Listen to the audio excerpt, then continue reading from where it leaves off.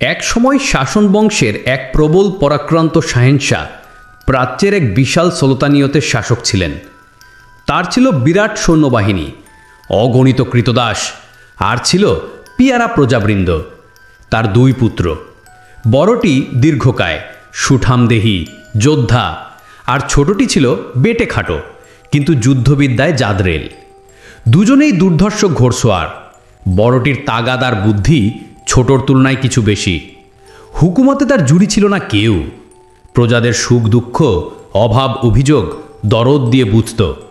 সেই কারণে প্রজারাও তাকে জান প্রাণ দিয়ে ভালোবাসত। তার নাম ছিল বাদশাহ শাহরিয়ার, আর ছোট ভাইয়ের নাম বাদশাহ শাহজামান। সে শাসন করতে সামারখান্দের আল আজম প্রদেশ। সেও ভারী পাক্কা শাসক, প্রজারা খুব ভালোবাসত তাকে। এইভাবে বছর 20 কেটে গেছে। খ্যাতি প্রতিপত্তিতে দুজনেই তখন শীর্ষে। অনেককাল ছোট ভাইয়ের সঙ্গে দেখা নাই। বাদশাহ শাহরিয়ারের মন উতলা হয়ে উঠল ভাইকে দেখার জন্য। উজিরকে ডেকে ফরমাশ করল, একবার শাহজামানের কাছে যাও, গিয়ে বলো আমি একবার দেখতে চাই তাকে। কেন জানি না মনটা আমার অস্থির হয়ে উঠেছে তাকে দেখার জন্যে। তাড়াতাড়ি যাবার ব্যবস্থা করে নিয়ে এসো তাকে। উজির করজোড়ে বলল, জো হুকুম জাহাপানা। লোক লস্কর নিয়ে নিজেকে সুরক্ষিত করে রওনা হয়ে গেল উজির। দুদিনের পথ। আল্লাহর দুয়ায় নিরাপদে শাহজামানের দরবারে পৌঁছে বাদশাহ শাহরিয়ারের অভিপ্রায় পেশ করল। শাহজামান বলল, আমি আজই সব ব্যবস্থা করে রওনা হচ্ছি, আপনি নিশ্চিন্ত থাকুন। বাদশাহের প্রাসাদে সাজো সাজোরব পড়ে গেল। ভালো ভালো তিবু, দামি দামি উট, গাধা, খচ্চর নেওয়া হলো। বাছাই করা হলো কৃতদাস, পালোয়ান।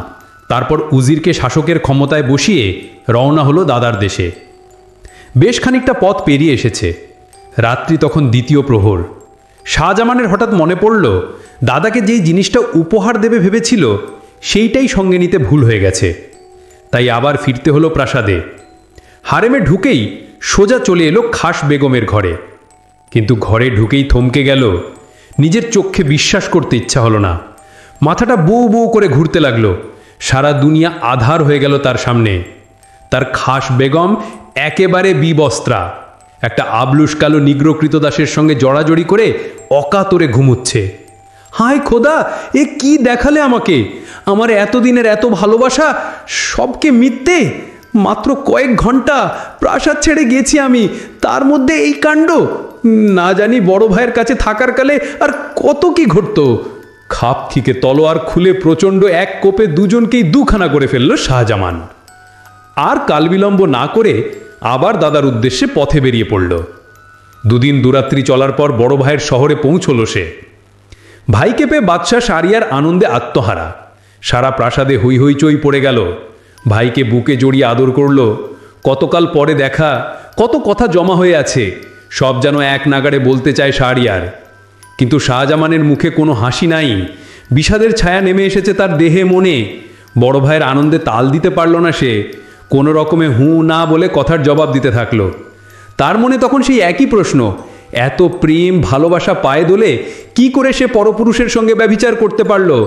দুনিয়ায় কি ভালোবাসা বিশ্বাসের কোনো দাম নাই? চিন্তায় চিন্তায় চোয়াল দুটো থুবড়ে ঝুলে পড়েছে।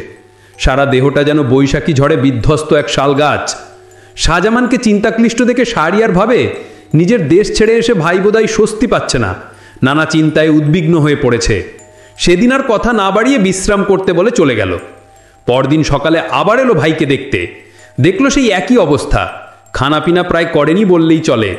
শাহরিয়ার জিজ্ঞাসা করল, কি হয়েছে তোমার ভাই? কাল থেকে লক্ষ্য করছি তুমি ভীষণ চিন্তিত। তোমার মুখে হাসি দেখিনি একবারও। কি ব্যাপার খুলে বলো তো? শাহজামান বলল, বুকের ভেতর হু হু করে পুড়ে যাচ্ছে, কিন্তু কেন সে কথা বলতে পারবো না এখন। বেগমের সেই জঘন্য ব্যাধিচারের কথা বলবেই বা কি করে? শাহরিয়ার বুঝল নেহাতি ব্যক্তিগত ব্যাপার। সে প্রসঙ্গে আর না গিয়ে বলল, চলো শিকারে যাই, দেখবে দেহ মন বেশ চাঙ্গা হয়ে উঠেছে। শাহজামান বলল, তুমি একাই যাও দাদা, আমার কিছুই ভালো লাগছে না।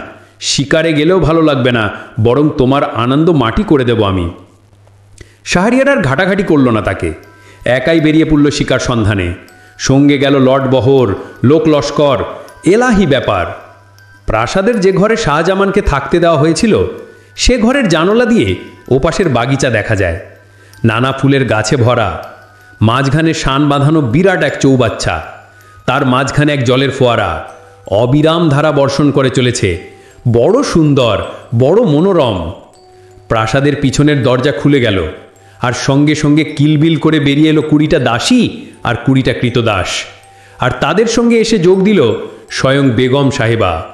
সবাই বিবস্ত্রা, নগ্ন হয়ে জোড়ায় জোড়ায় গিয়ে বসলো বাগিচার নানা জায়গায়। হঠাৎ কোকিয়ে উঠল বেগম, মাসুদ, মাসুদ! একটা দৈত্যের মতো নিগ্রো ছুটে গেল বেগমের দিকে। 2 হাতে চ্যাংদোলা করে তুলে নিয়ে এসে অলতোভাবে ঘাসের ওপর শুইয়ে দিল বেগমকে।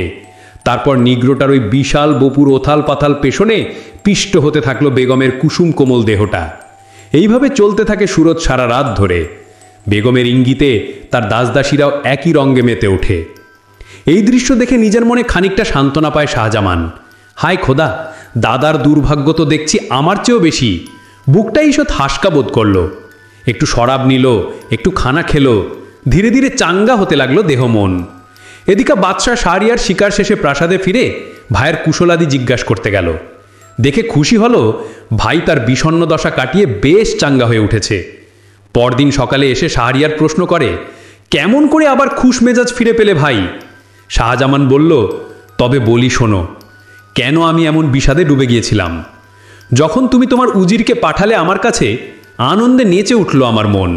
কতকাল বাদে তোমার সাথে মিলব, খুশি না হয়ে পারি। লোক লস্কর নিয়ে তোমার শহরের পথে পা বাড়ালাম। কিন্তু কিছু দূর আসার পর মনে পড়ল একটা দরকারি জিনিস সঙ্গে নিতে ভুলে গেছি। আবার ফিরতে হলো প্রাসাদে। কিন্তু প্রাসাদে এসে হারেমে ঢুকে যে দৃশ্য দেখলাম, তাতে তামাম দুনিয়া বরবাদ হয়ে গেল আমার কাছে। আমার খাস বেগম, আমাকে ছেড়ে একটা দিন সে থাকতে পারতো না। আমার অদর্শন সইতে পারতো না একদম। সেই বেগমকে দেখলাম বিবস্ত্রা, উলঙ্গ হয়ে এক নিগ্র কৃতদাসকে জড়িয়ে ধরে আমারই পালঙ্কে শুয়ে ঘুমোচ্ছে। মাথায় খুন চেপে গেল। তলোয়ারের এক কোপে দুজনকে দুহানা করে দিয়ে এসছি। কেন এত ভেঙে পড়েছিলাম আমি সে কথা শুনলে? কিন্তু কি করে সব শোক তাপ ভুলে আবার খোশ মিজাজ ফিরে পেলাম, সে কথা আমাকে জিজ্ঞেস করো না দাদা, বলতে পারবো না। শাহজামানের এ কথা শুনে অধৈর্য হয়ে পড়ল শাহরিয়ার। হায় আল্লাহ, তোমাকে এত করে বলছি, তবু কেন বলতে চাইছো না? সংকোচ করার কোনো কারণ নেই, তুমি খুলে বলো দেখি। শাহজামান খুলে বলল সব। শুনে অবাক বিস্ময় হতবাক হয়ে রইল শাহরিয়ার। তারপর বলল, নিজের চোখে দেখতে চাই আমি। তুমি হয়তো ঘুমিয়ে ঘুমিয়ে খ্বব দেখেছো ভাই। শাহজামান হেসে বলে, না দাদা, ঘুম আমার ছিল না চোখে। ওই ঘটনার পর নাওয়া খাওয়া ঘুম কিচ্ছু করিনি আমি। আমার কথা যদি বিশ্বাস না হয়, তবে নিজের চোখে একদিন দেখো। আবার তুমি ঢেড়া দিয়ে দাও, তুমি আবার শিকারে যাবে। আসলে কিন্তু যাবে না, আমার ঘরে এসে লুকিয়ে থাকবে। দেখো যেন কেউ টের না পায়।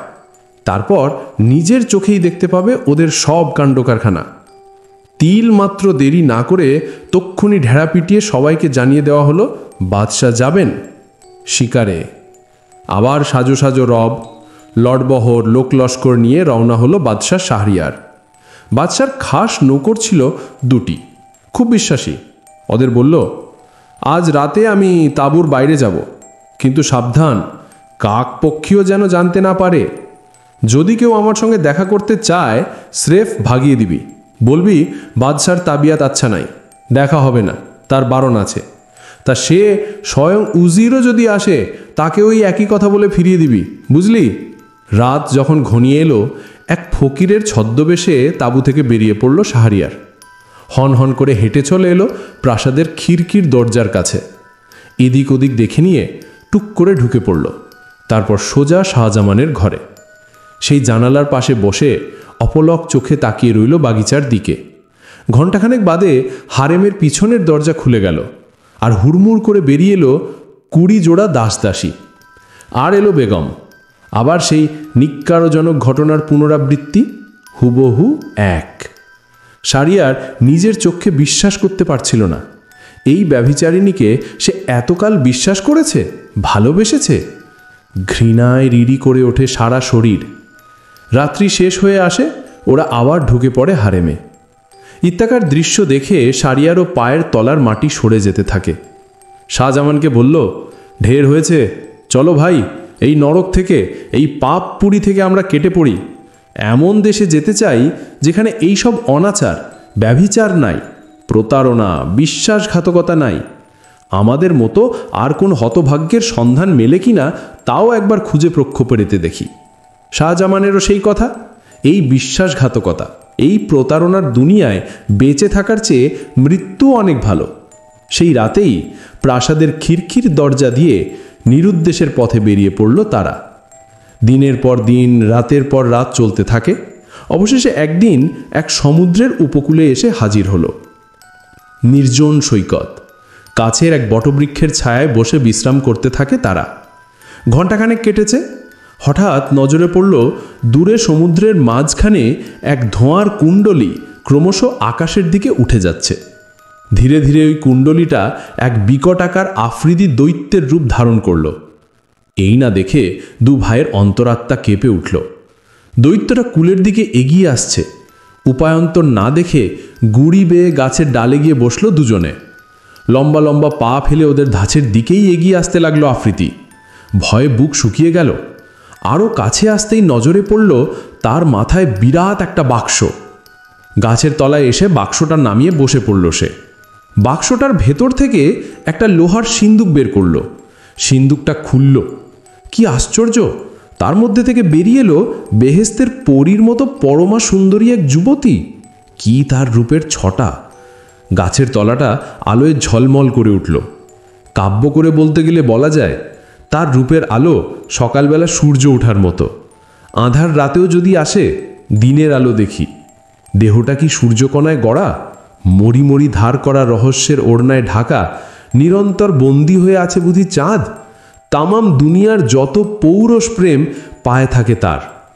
মুগ্ধ নয়নে অনেকক্ষণ ধরে দৈত্যটা তাকিয়ে তাকিয়ে দেখল তার রূপ, যৌবন। তারপর আদর করে বলতে লাগলো, বুকের করিজা, তোমার শাদির দিনে তোমাকে ভাগিয়ে নিয়ে এসছি। সেই দিন থেকে আমার চোখে ঘুম নাই। দুস্তর সাহারা, সমুদ্র ঘুরে বেড়িয়েছি তোমাকে মাথায় করে। আজ আমি বড় ক্লান্ত, ঘুমে চোখ বুজে আসছে, একটু ঘুমুতে চাই। এই বলে মেয়েটির কোলে মাথা রেখেই নাক ডাকতে লাগলো। একা একা বসে এদিক ওদিক চাইতে চাইতে মাথার ওপরে গাছের ডালে শাহজামানদের দুজনকে দেখতে পায় মেয়েটি। আফ্রিদির মাথাটা কোল থেকে নামিয়ে উঠে দাঁড়ালো সে। ইশারা করল ওদের, হাতছানিতে ডাকলো, নিচে নেমে আসতে বলল। আকার অঙ্গিতে বুঝিয়ে দিল দৈত্যের ঘুম এখন ভাঙবে না, তোমরা নির্ভয় নিচে নামতে পারো। গাছের ওপর থেকে ওরাও ইশারাতেই জানালো, খোদা তোমার ভালো করবেন, কিন্তু আমাদের মাফ করো, না হলে আমরা মরে যাব। যুবতী ভরসা দিল, খোদার নামে হলফ করে জানালো তাদের কোনো ক্ষতি হবে না। তড়িঘড়ি নেমে আসার জন্য হুকুম করল, আর জানালো তার হুকুম যদি তামিল না করে তাহলে আখেরে ভালো হবে না। আফ্রিদিকে জাগিয়ে শায়েস্তা করা হবে, সে গলা টিপে মেরে ফেলবে সে। এখনও সময় আছে, ওরা নেমে এসে তার মনোবাঞ্ছা পূর্ণ করুক, না হলে সে দৈত্যকে জাগাতে বাধ্য হবে, আর তার পরিণাম অবধারিত মৃত্যু। গাছের ডালে বসে অসহায়ের মতো এ ওর দিকে চাওয়াচাওয়ি করতে থাকে দুই ভাই। শারিয়ার জানায়, তুমি আমার ছোট ভাই, তুমি আগে নামো। শাহজামান জানায়, না তা হয় না, চলো দুজনে একসঙ্গেই নামবো। মরতে হলে দুজনে একসঙ্গেই মরব, এক যাত্রায় পৃথক ফল হবে না। ওরা ভয়ে ভয়ে নেমে এসে দাঁড়ালো মেয়েটির পাশে। আর তৎক্ষণাৎ মেয়েটি মাটির ওপর শুয়ে পড়ে ডাকলো, তুমি এক এক করে এসে আমার দেহের জ্বালা জুড়িয়ে দাও। তোমাদের একজন চলে এসো এক্ষুনি, আর দেরি করো না। আমি আর ধৈর্য ধরতে পারছি না, সইতে পারছি না এই যন্ত্রণা। এসো চটপট। কিন্তু কে আগে যাবে? এ ওকে ঠেলে। বড় বলে, তুমি ছোট, তুমি আগে যাও। ছোট বলে, তা হয় না, তুমি বড়, তোমার পর আমার পালা। কারো মুখে ভাষা নাই, ইশারাতেই বলাবলি করতে থাকে তারা। মেয়েটি বিরক্ত হয়, ক্রুদ্ধ হয়, তর্জনী নাচিয়ে জানায়, চোখ নাচিয়ে নাচিয়ে কী কথা হচ্ছে তোমাদের? আমি আর এক লামহা দেরি করব না, কিন্তু এক্ষুনি আসবে তো এসো, না হলে আফ্রিদিকে ডাকছি। দৈত্যের হাতে প্রাণে মারা যাওয়ার ভয়ে দু ভাই পরপর যুবতীর সম্ভোগের শিকার হলো। যেভাবে চাইল সেইভাবে খুশি করতে হলো তাকে। ঠোঁটের কোণে বাঁকা হাসি ফুটে উঠল মেয়েটির। বলল, তোমরা দুজনেই জব্বর কায়দা কানুন জানো দেখছি। সেমিজের পকেট থেকে একটা ছোট্ট থলে বের করলো মেয়েটি। থলেটার ভেতর থেকে তুলে ধরল একটা আংটির ছড়া। বলল, জানো এগুলো কি? এই চেনে 170টি আংটি রয়েছে। এই মুখোপড়া আফ্রিদিটার চোখে ধুলি দিয়ে যাদের দিয়ে আমার কাম হাসিল করিয়েছি তার প্রত্যেকের কাছ থেকে একটা করে আংটি নিয়ে এই চেনে গেঁথে রেখেছি। এগুলো আমার স্মৃতিচিহ্ন। তোমাদের কাছেও চাইছি 2টো আংটি। দাও, এর সঙ্গে গেঁথে রাখবো। পরে যখন দেখব তোমাদের সঙ্গে আজকের এই সুখ সম্ভোগের কথা মনে পড়বে আমার। এ কথা শুনে স্তম্ভিত হলো ওরা। দুজনেই একটা করে আংটি খুলে দিল রূপসীর হাতে। মেয়েটি বলল, জানো এই শয়তান দৈত্যটা আমার শাদির রাতে চুরি করে নিয়ে এসছে আমাকে। এই লোহার সিন্দুকে কয়েদ করে সিন্দুকটাকে আবার ওই বাক্সটায় ভরে লোহার শিকল দিয়ে বেঁধে মাথায় করে ঘুরেছে নির্জন মরুপ্রান্তরে, জঙ্গলে, পাহাড়ে, পর্বতে। কোথাও গিয়ে নিশ্চিন্ত হতে পারেনি। শেষে ওই সমুদ্রের তলায় নেমে গিয়ে অন্য পুরুষের সান্নিধ্য থেকে দূরে সরিয়ে রাখার চেষ্টা করেছে আমাকে। কিন্তু ও বেটা জানে না আমরা মেয়েরা যা চাইবো জেন তেন প্রকারেণ তা পূরণ করবই। কেউ কখনো তা রোধ করতে পারেনি, পারবেও না। তাহলে কবির ভাষায় শোনো, ওগো বন্ধু, বিশ্বাস করো না তাকে, মুচকি হেসে উপেক্ষা করো তার ভালোবাসার প্রতিজ্ঞ। দলিতের জন্যে ছলাকলা আর প্রতারণা কিছুই অসাধ্য নয় তার। গাল ভরা মিথ্যা বলে ভালোবাসার অভিনয় পটিও শীষে একান্ত নিবিষ্ট মনে যখন সে পশমের কারুকার্যে রত, তখনও আচ্ছন্ন থাকে পরকীয়া প্রেমে। মনে রেখো সেই কথা ইউসুফের, কান পেতে শোনো সেই আদমের মর্মভেদী করুণ ক্রন্দন আজও শোনা যায়। শাহজাদেদের চৈতন্য উদয় হয়। এই ভয়ঙ্কর দৈত্যের এমন দুর্ভেদ্য সুরক্ষাকে কলা দেখিয়ে এই সুন্দরী কলাবতী যেভাবে তার কাম হাসিল করে চলেছে তা কল্পনাতীত। এর তুলনায় তাদের বেগমদের প্রহরা কিছুই নয়। এই ভেবে কিছুটা সান্ত্বনা পেল ওরা। আর কালো বিলম্ব না করে তক্ষুনি নিজ নিজ শহরে ফিরে গেল। প্রাসাদে পা দিয়েই বাদশাহ শাহরিয়ার নিজের হাতে বেগমের গর্দান নিল। হারেমের যত দাস দাসী ছিল সবাইকে কেতিল করার হুকুম দিল। তারপর উজিরকে ডেকে বলল, আজ থেকে প্রতি সন্ধ্যায় একটি কুমারী মেয়ে চাই আমার শোবার ঘরে। সারা রাত ধরে তাকে নিয়ে আনন্দ উপভোগ করব আমি, আর ভোরবেলায় নিজের হাতে হত্যা করব, যাতে সে অন্য পুরুষের অঙ্কশায়িনী না হতে পারে। উজির, এখন তোমার কাজ হলো প্রতি রাত্রে একটি করে কুমারী মেয়ে জোগাড় করে আনা। বাদশার হুকুমে 3টি বছর ধরে প্রতি রাত্রে একটি করে মেয়ে জোগাড় করে আনতে থাকে উজির। দেশব্যাপী নিদারুণ আতঙ্ক। যাদের ঘরে ডাগর মেয়ে ছিল তারা প্রাণ ভয়ে দেশান্তরী হতে লাগল। যারা পালাতে পারল না তাদের মেয়েরা বাদশার এই নারকীয় নৃশংস খেয়ালের শিকার হতে লাগল। আদরের দুলালিকে বুকে আড়াল করে খানাখন্দে, বনে জঙ্গলে, পাহাড়ে প্রান্তরে পালিয়ে বেড়াতে থাকে প্রজারা। যে বাদশাকে একদিন আল্লাহর পয়গম্বর জ্ঞানে শ্রদ্ধাভক্তি ভালোবাসা জানাতো, সেই বাদশার নাম শুনে আজ ঘৃণায় মুখ ফিরিয়ে নেয় তারা। তার সর্বনাশ, তার মৃত্যু কামনা করতে থাকে নিয়ত। কিন্তু বাদশার রোজ থেকে রক্ষা পাওয়া শক্ত। পাহাড়, পর্বত, প্রান্তরে পালিয়ে থাকা মানুষের বুক থেকেও ছিনিয়ে নিয়ে আছে তাদের আদরের কন্যা। এইভাবে তমাম দেশের কুমারী কন্যা নিঃশেষ হয়ে গেল। অবশেষে একদিন সারা দেশ চষে বেরিয়েও একটি ডাগর কুমারী মেয়ে জোগাড় হলো না। সারাদিন পথে পথে ঘুরে ক্লান্ত অবসন্ন দেহে শূন্য হাতে ফিরে এলো উজির। বাড়ি ফিরে বিষণ্ণ মনে বসে বসে নিজের নসিবের কথা চিন্তা করতে থাকে। খালি হাতে বাদশার সামনে দাঁড়ানো মানেই গর্দান বাড়িয়ে দেওয়া। উজিরের 2 কন্যা, দুটিই পরমা সুন্দরী, রূপের চেয়ে গুণ আরও অনেক বেশি। রুচি, প্রকৃতি, বিদ্যা, বুদ্ধি, বিচক্ষণতায় তাদের জুড়ি নাই। বড় কন্যার নাম শাহরাজাদ আর ছোটটির নাম দুনিয়াজাদ। শাহরাজাদ ইতিহাসে পণ্ডিত। সেকালের নবাব বাদশাদের কাহিনী, নানা দেশের বিচিত্র কিংবদন্তি তার ঠোঁটস্থ। হাজার হাজার গল্প গাঁথা পড়েছে সে। তার বিনম্র ব্যবহার আর সুললিত কণ্ঠের গানে মুগ্ধ হয় সবাই। বাবাকে ওইভাবে বিষণ্ণ চিন্তিত দেখে বড় মেয়ে শাহরাজাদ জিজ্ঞেস করে, আব্বাজান, তোমাকে আজ এমন চিন্তায় উদ্বিগ্ন দেখছি কেন? কি হয়েছে? কোনো বিপদ আপদ ঘটেছে কি? তুমি তো জানো আব্বাজান, কবি বলেছেন, কোনো কিছুর জন্যই শোকে দুঃখে কাতর হয়ে ভেঙে পড়া উচিত নয়। কারণ সুখ যেমন চিরদিন থাকে না, তেমনি দুঃখও চিরস্থায়ী নয়। মেয়ের কথা শুনে একটু ভালো লাগে। বাদশার নৃশংস খামখেয়ালিপনার আদ্যপন্ত সব কাহিনী বলল উজির। শাহরাজাদ বলল, খোদা ভরসা আব্বাজান, আজ রাতেই তুমি আমার শাদী করিয়ে দাও বাদশাহ শাহরিয়ারের সঙ্গে। আমি যদি সত্যিকারের মুসলমানের মেয়ে খুঁজনি হয়ে থাকি তবে বেঁচে থাকব, আর যদি মরতেই হয় তবে এমন কাজ করে মরব যাতে বাদশার ভয়ে কোনো মানুষকে দেশ ছেড়ে পালাতে না হয়। মেয়ের মাথায় হাত রেখে আশীর্বাদ করল উজির। আল্লাহ তোমার ভালো করবেন মা। এই বিপদের দিনে একটা কথা তোমাকে মনে করিয়ে দিচ্ছি, তোমার আসল পরিচয় কখনো ফাঁস করো না তার কাছে। শাহরাজাদ বলল, তা আমি খুব ভালো করেই জানি আব্বাজান। উজির বলল, সেই গাধা বলদ আর গৃহস্বামীর উপাখ্যান শুনেছ? তাহলে বলি শোনো। আপনারাও যদি গল্পটি শুনতে চান তাহলে ভিডিওটিতে লাইক করে আমাদের সাথেই থাকুন এবং পরের পার্টের জন্য কমেন্ট করুন। ধন্যবাদ।